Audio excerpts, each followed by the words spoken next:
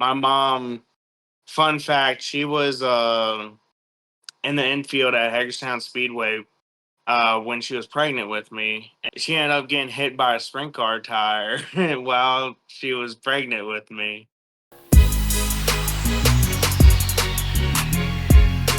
All right, everybody, well, welcome back to another episode of the Checkered Roots podcast. My name is X-EskridgeRacing, and I appreciate you joining us. Today we have a unique story. This will be the first time that we actually have a veteran on the podcast, so we do thank him for his service, obviously. But goes from being a veteran, I think he has a really cool story, and now he's dirt track racing. So without further ado, we have Mr. Eric Cronise. And Mr. Eric, how are you doing today? I'm doing pretty good.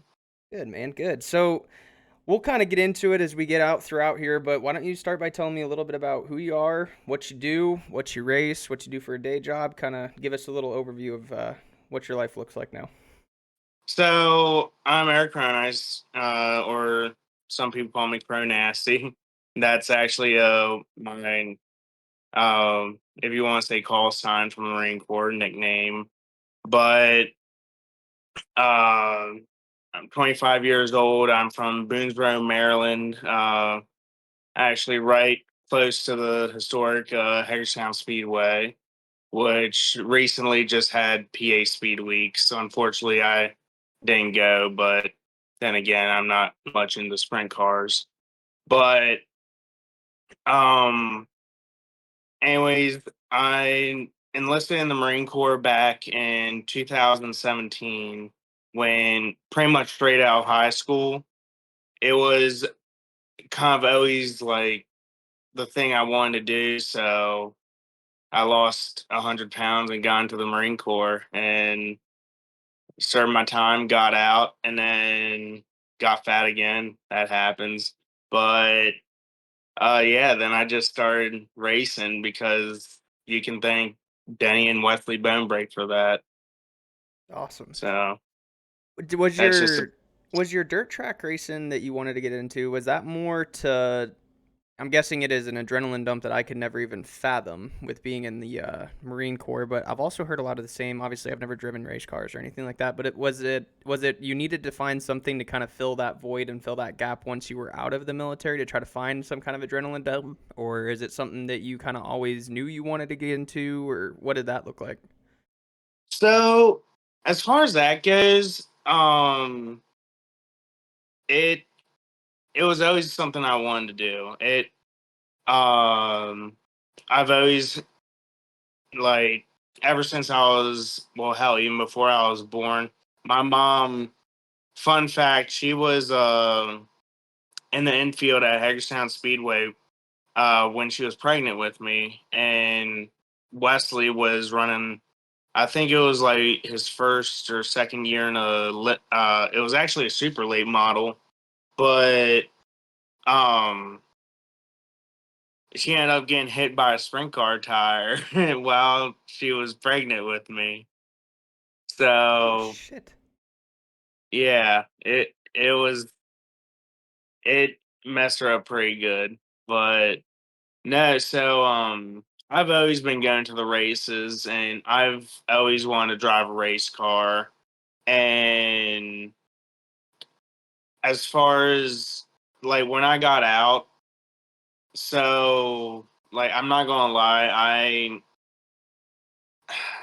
I can't remember what it's really called, but it's pretty much like post separation something whatever. It's like, okay, so you know how like when people get like out of prison that have been in prison for years, or like, like they'll go and sit at a table or something and they'll be like tweaking out, like think someone's going to try and like jump them or something, like it's, or like they're so used to the structure of like in prison they're going to be like, you do this, you do that, you go to bed, shut the up. Like it, it's it's something to that effect. Pretty much, like when I got out, I was like dealing with a lot of depression and anxiety, and you gotta think the way I got out was So we had GWAT, which was Global War Against Terrorism, blah blah blah. That was all of our lives ever since 9/11. Like, I grew up every day watching about like the war in the Middle East and all this, and I was like, I'm going to go there. I'm going to da da da da da da da. Like, growing up, that was like always the thing I was going to do. And then while I was in, I never got deployed. And then right before I got out, uh, like, we withdrew, and it was the most miserable withdrawal ever. And like, that mentally just, yeah, it, I was mad. I was just pissed and depressed, everything.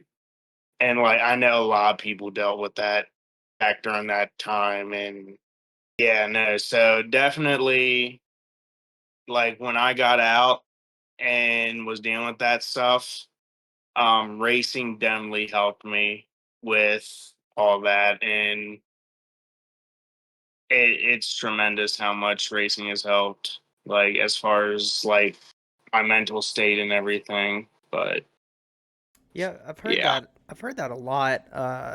In the few that I've done and the copious amounts of people that I have talked to, I hear that a lot more than you would believe. Of, hey, racing saved me, or racing is the reason that I was able to not be an alcoholic, or the racing is the reason I got off of drugs. And it's kind of it's cool to hear from your perspective with, hey, racing pulled me out of my depression from my time in the service, which, thank you for your service, by the way. But that's a really, I think that's the side of racing that not a lot of people give it credit for, and that doesn't get its light shined on it as much, is how much, yes, it's an expensive hobby, and yes, it's competition, but the camaraderie, the family of it, the overall sport, there's so much more that goes into it than I think anybody ever gives it credit for.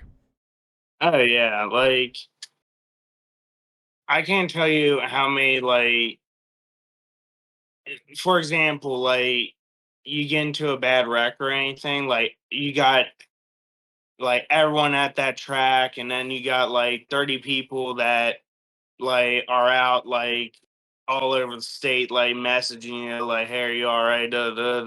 Like, I don't know. It just, like, I remember I had what's his name? I had a pretty good wreck.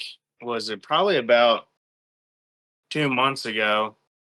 And that's what led up, or well, yeah, I had the wreck 2 months ago, and I had people I didn't even really know like hitting me up like, "Hey, are you all right?" I'm like, "Yeah, like, you know, who are you?" Right, right. Like, thanks.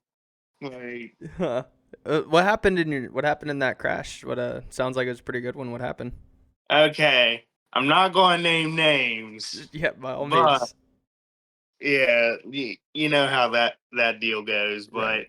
But um, yeah, I'm trying not to say his name, but so this dude pretty much, um, we were racing at Hagerstown, and remember that scene from Family Guy? It's like the little Asian lady, like, I turn left, good luck, everybody else. Right. Like, Yeah. I thought this is what this dude pretty much did on lap, like going into turn one, and then got this dude, or no, it was coming out turn two, and pretty much caused a whole, just, yeah, I'm not trying to cuss that much on here, but confuzzle.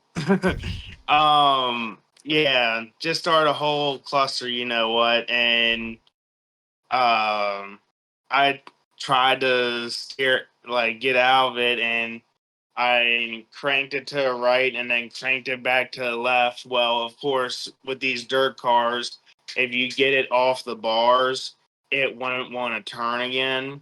So, of course, I'm got freaking full brake and got it locked over, and I just smacked the wall. I bounced off it, and then, so mind you, I don't remember anything else other than smacking the wall and then taking my gloves off and be like, son of a, like, that's all I remember. But no, apparently I hit the wall, I bounced off, got turned around, and then someone came out and clobbered me again, and I got smacked the wall again. Like, I literally, like, people were telling me that, I'm like, oh, I didn't know. Like, I literally thought I just hit the wall and stayed there. Wow. But That must have been quite the lick, dude. Yeah, it was pretty bad. But I tend to do that. I'm an expert in junk and race cars.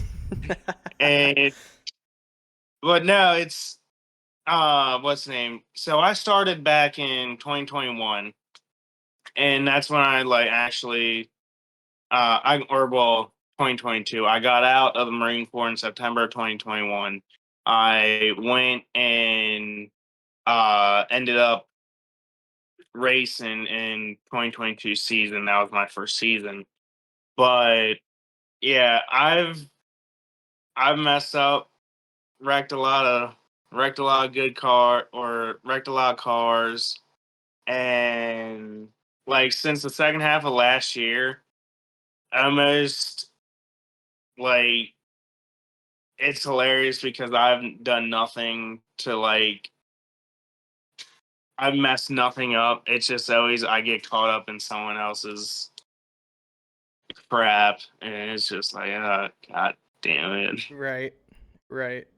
So did you go straight into the late model? I see you got a late model sitting there behind you. Did you go straight into the late models, or did you race something else to get yourself started into it? No, so well, I raced while I was in the Marine Corps, Hell yeah. if that counts anything.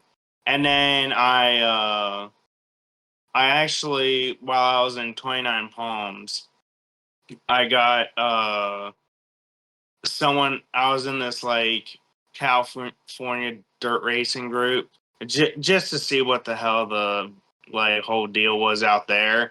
And like, so some old guy, like, I guess he had like a bunch of cars, like he had dwarf cars, he had like 305 sprint cars, and he had like a garage full of them, and was just like, who wants to race these cars for me? And I was like, well, I'll try a 305 sprint, just shits and giggles. But I drove that at Paris Speedway, and it was just a test and tune, but yeah, that was pretty cool. But no, other than that, I literally went from driving nothing to getting thrown in this thing, which this isn't a super late model. It's a well, steel block 358. What some places call it limited late model, some places call it late model sportsman, some places pro lates. I don't know, but Sure. whatever you whatever you make of it. So that had to be kind of challenging, though, going from, I mean, I know you said you had a little one-off at a test and tune with the 305, but to go, and just this is my understanding of it, I could be completely off base here, but it seems like the natural progression in dirt racing is like you'd go to like a four-cylinder, like little four-banger class, and then you'd go to like maybe a modified class, and then like the late model class, and then go to like the 410s or the 305s or 360s or whatever. You'd go like sprint cars as like the top, or like late models are but that feels like the top of it. So you kind of, what it seems like to me is skipped the I'm going to get used to racing classes, and you went straight into the big boy classes. I mean, that's quite the jump. Yeah, pretty much. Like, if you're going to do it, you might as well full send it. Like, All gas, no brakes, man. I love it. yeah, it's funny because like everyone at one point has looked at it and is like, I can do that, and then you go out and try and do, you're like, holy. Oh yeah. Yeah, that was so. when I started, my first test and tune was at Path Valley Speedway, which is a little quarter-mile bull ring. And I don't know who in the hell thought that was a good idea, because you have no time to think. Right. Path Valley is just, you gotta wheel that thing. But I went up there for my first tuning test, and I was going like, I don't know, I was probably turning like 25-second laps. Like, I was like, I don't know how to turn this thing. Cause I was one, and I'd go turn, and then it just pushed towards the wall, and I'd break down, and then of course you got my grandfather's car owner, Doug Cronise. But yeah, then you got him like just watching, like praying to God his investment doesn't just disappear. But No, that's I've talked to my wife about it several times with racing, obviously. So I do iRacing as well, and that's kind of my experience that I'm trying to gain for myself before I try to actually get on track. But even like I've told her the same thing. Like, I think I could do this. Like, I think I could be decent at this. Like, I do decent in iRacing. Like, I think I could get it, and I feel like it'd be easier because you can feel the car. But she's like, yeah, but you can't hit request new car when you send it way too hard into one and you plow up the track and flip the son of a bitch over the tractor tires or something like that. So yeah, I definitely feel like there's a survival instinct in you of where you got to keep your foot in it and pitch the car and get it to rotate into the corner, but in your mind, you're seeing that wall coming up quicker, you're seeing the tractor tires, and you're like, dude, I don't know about this, and you're going to start turning 25-second laps. So that'll be me too, dude. Don't worry about it. I don't know why, but this thought just popped in my head. So I was racing. It was last year at Hagerstown Speedway, and everyone hates freaking these insane inverts. So like some of these tracks will be like, "Oh, we're in Vern 12." Like, that's stupid. You're going to put the slow guys in the front, and then just cause a whole no. Well, I'm one of the slow guys right now. Well, I'm getting there, but right now I'm still one of the slow guys, and at the time I was definitely one of the slow guys. But they put me up in front, and I think I was like second or third. And so I'm getting ready to go, and I'm like warming up my tires and everything. Well, I wasn't thinking about it. I wasn't riding my brake at all to get my brakes warmed up. So green flag comes, we go into one, and I hit the brake. Well, whole brake just whipped me around. I'm facing the wrong way, and I just see the whole field. And then I see me and my buddy Austin Warnfelts. So Warnfelt's family is pretty big in Hagerstown, just like the bone breaks and everything. But no, Austin, my buddy Austin, he was coming like head first towards me, and I just saw. I still remember seeing our eyes just locked, like through the face shields. Like, oh yeah, it was. Oh my god. Did he clean you out? No, No, that's good. He missed me. It couldn't have been more than like 3 inches. He missed my nose. Like, I remember I went over to him and I gave him a hug. I'm like, thanks for not freaking destroying, junking me. Right. Like, he was like, what the hell happened? I was like, I didn't want my brakes. And Right. that's me. That's awesome, man. What's some good advice that you would have for somebody who wants to get into racing? You know, you're still relatively new, relatively speaking, yourself, but what is some stuff that, you wish you would have known before getting into it, or as you've gotten into it, or what's something you've kind of learned that you'd like to pass along to somebody? Buy Cronise manufacturing products. Nah. Yeah. Nah, but really, like, just don't be a tryhard. Like, take your time and learn. Cause like that's how most stuff gets junked is some guys just try way too hard. And this goes for like some guys that have been racing years. Like they'll have a crappy night start in the back of the field and then all of a sudden on turn one, lap one, it's freaking 3, 4 wide. Like, why are you doing this? We're 1,000 to win. And if you mess up there, you're definitely causing more than $1,000 worth of damage.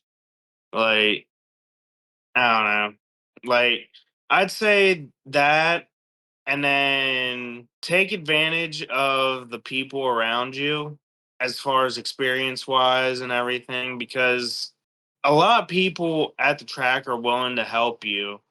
Like, if you just ask. And that being said, watch where you get your advice from and everything. Like, obviously, if you got Billy Bob Joe the third over here, freaking running leaf springs on his super late with a lapped out like freaking Clements from whenever.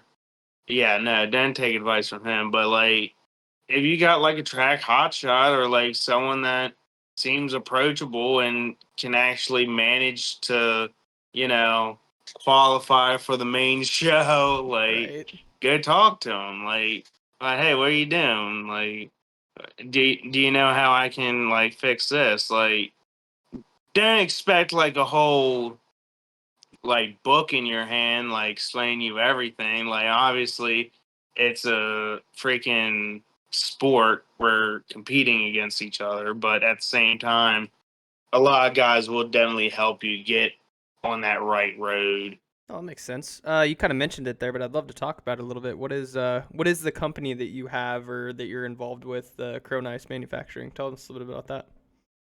Okay, so Cronise Manufacturing is, as I said before, I was doing 3D printing and everything, and I realized that I could do um, not only like merchandise, like, yeah, we do a lot of stuff.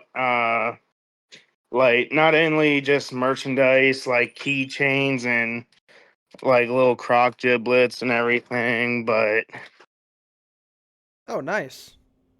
yep, just little 3D printed keychains. There's Sally and Very yeah, cool. Oh, very nice. but yeah, and then on top of that, I do shock packers. All these little washers Oh, yep. I 3D printed. Very cool.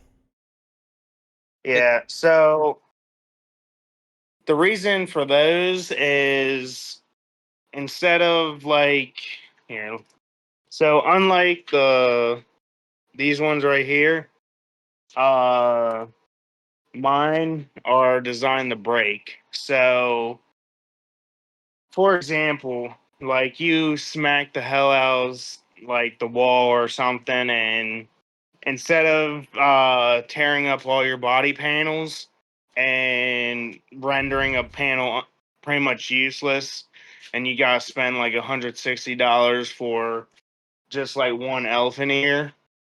Um, Mine literally pop out, leave a little small hole like that big, and no problem. Just get another washer, put it in there, and secure it. and these are for And then, sale. For you do sell all this stuff? yeah, I do sell. What's the name? I sell washers. I sell shock packers, and I'm trying to do the custom keychains and everything.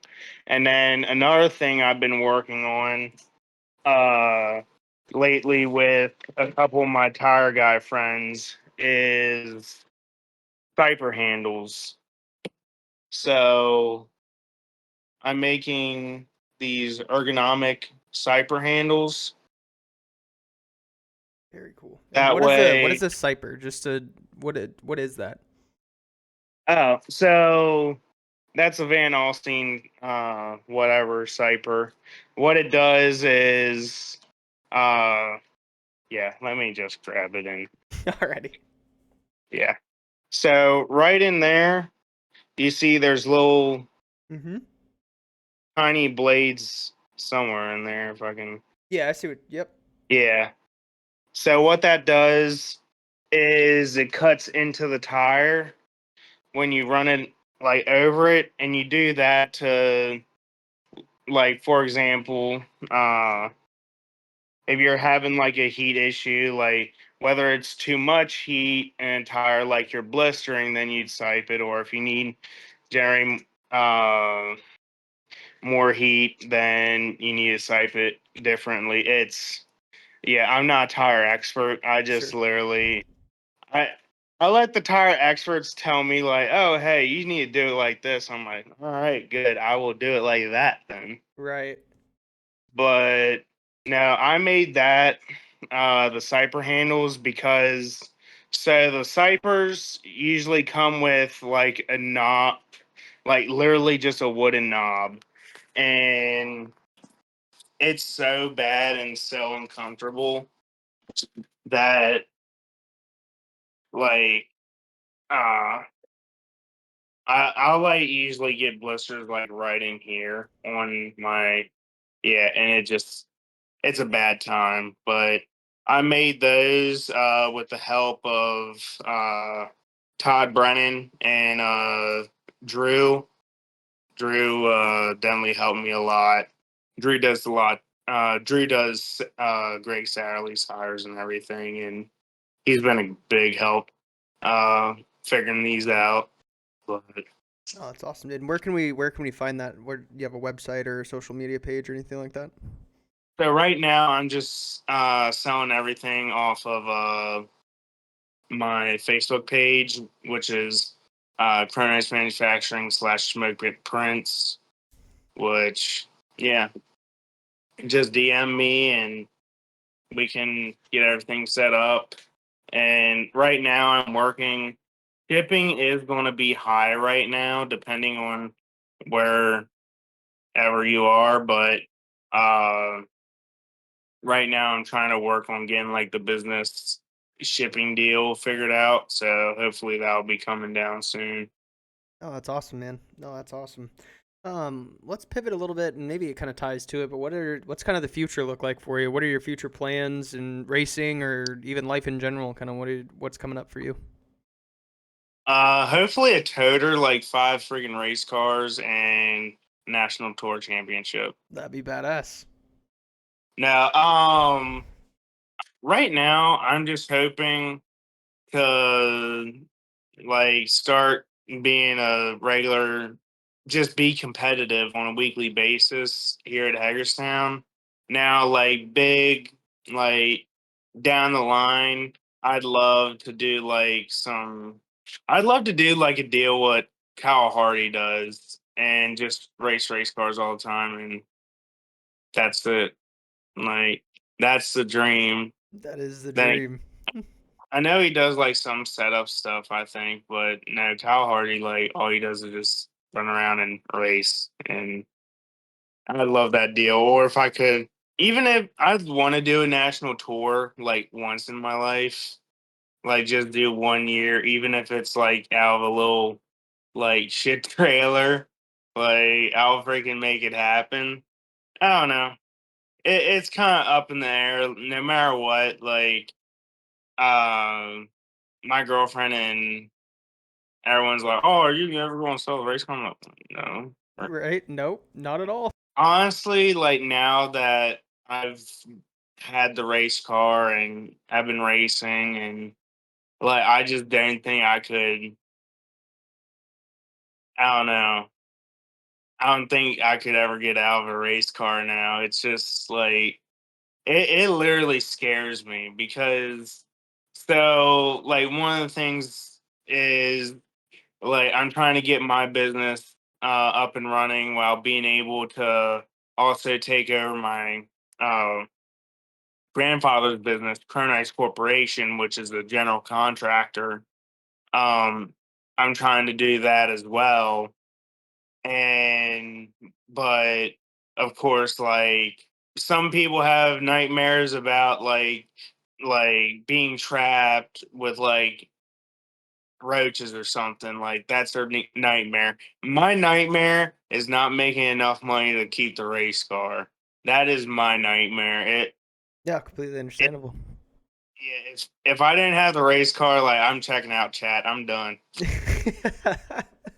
Like you gotta put me in the asylum then. That's Like crazy, dude. Yeah, I I mean, I think a lot of people feel the same way, though. You know what I mean? I think anybody who races, maybe not everybody. That's painting with too broad of a brush, I think, but a lot of the people that I've talked to, they don't understand why. They don't know why or how, but there's just something about racing that it just pulls at them, and like they can't imagine not doing it anymore.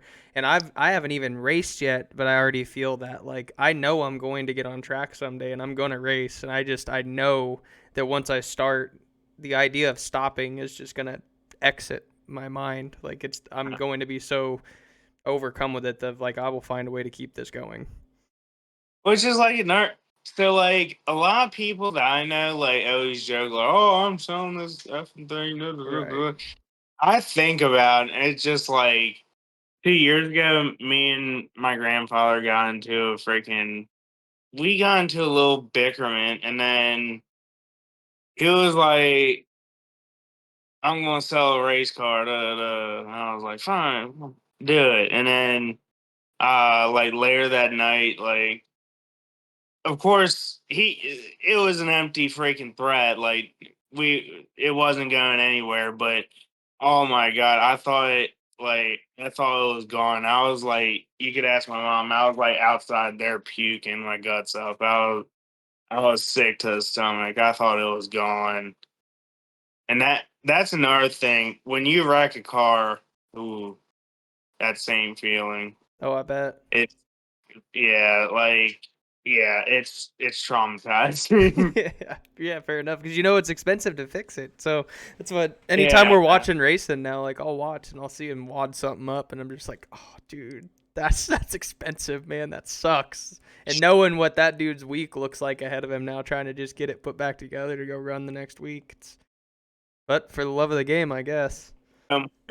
Goes to it, and when it can just disappear in a matter of seconds, it's just like heart sinks. Right. Like Well, man, that covers my list of questions. I like to kind of leave the last bit of these kind of open ended, and anything you want to talk about or something you didn't get a chance to touch on, or sponsors or social media, any of that, kind of, I'll open the floor up to you, and you can kind of, this is your open forum here. so, bring up sponsors. It just reminded me that if I ever well, hopefully when I get in the victory lane, I'm kind of cooked because I'm going to have to do a walk around my sponsors, which we can do right now before I forget. So, of course, we have Cronise Manufacturing, Capital Soft Wash, Brown's Plumbing, Overloaded Outdoors, Antietam Paving, uh, Fryco, Thompson's Best, Napa, ANC Racing Engines, Wright Building, Ammo Coffin, Cronise Corporation. Hold on. Yeah. Elite Electrical, Dumpster LLC, LS Grimm, Next Day Gutters, and the Granite Guys. So that's another thing. I'm really grateful for all the sponsors I've been able to get. Um, so my grandfather, of course, running the construction business, was able to have a lot of connections and everything with everyone. And uh, yeah, so that's how we're able to get our sponsors, and it just helps out so much. Like, but yeah, thanks to my sponsors, and just honestly, thanks to like I want to thank sponsors, but I also want to thank like people that have been around me, like Braden's, Warren Phelps, like all these different families, Kirshner, and especially the Bone Breaks. Like, if it wasn't for the Bone Breaks, I wouldn't be in racing right now.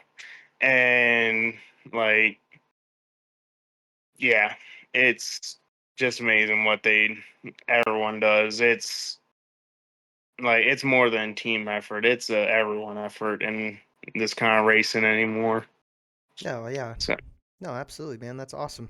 So you can definitely tell with all the sponsorships and stuff, you definitely have a lot of people in your corner, and I think that's super important in this sport is to have a large backing and have people who want to chip in and want to see you succeed and have a good community of people behind you. So it's nice to see that you have that though. oh yeah. Well, cool, man. Well, thank you so much for taking the time to sit down with us and to kind of share your story. I think that everything you've said is really cool, man. You know, from going to being in the military and having, you know, a lot of things going outside of racing with the general contracting, with your Cronise manufacturing, with racing in general and all that stuff, man. I think it's really cool what you're doing, and I'm thankful that you gave me the opportunity to help share your story with the world. So thank you very much for that. Okay, thank you. Yeah, absolutely, dude. Have a good day. All right, thanks, man.